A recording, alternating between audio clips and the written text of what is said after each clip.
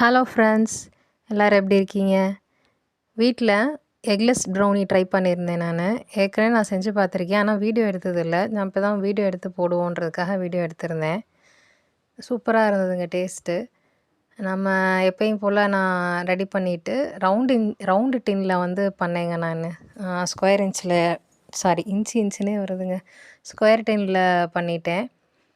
Square டின் சாரிங்க, கொஞ்சம் role ஆகுது. ரவுண்ட் டின்னில் பண்ணிட்டேன்.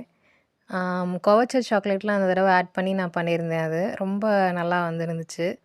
ஆனா நாங்க வந்து சூடா இருக்கும்போதே ட்ரை பண்ணி பார்ப்போம். அதோட டேஸ்ட் எப்படி இருக்கு அப்படின்ட்டு கொஞ்சம் அந்த சூடு இருக்கும்போதே ட்ரை பண்ணி பார்த்தோம்.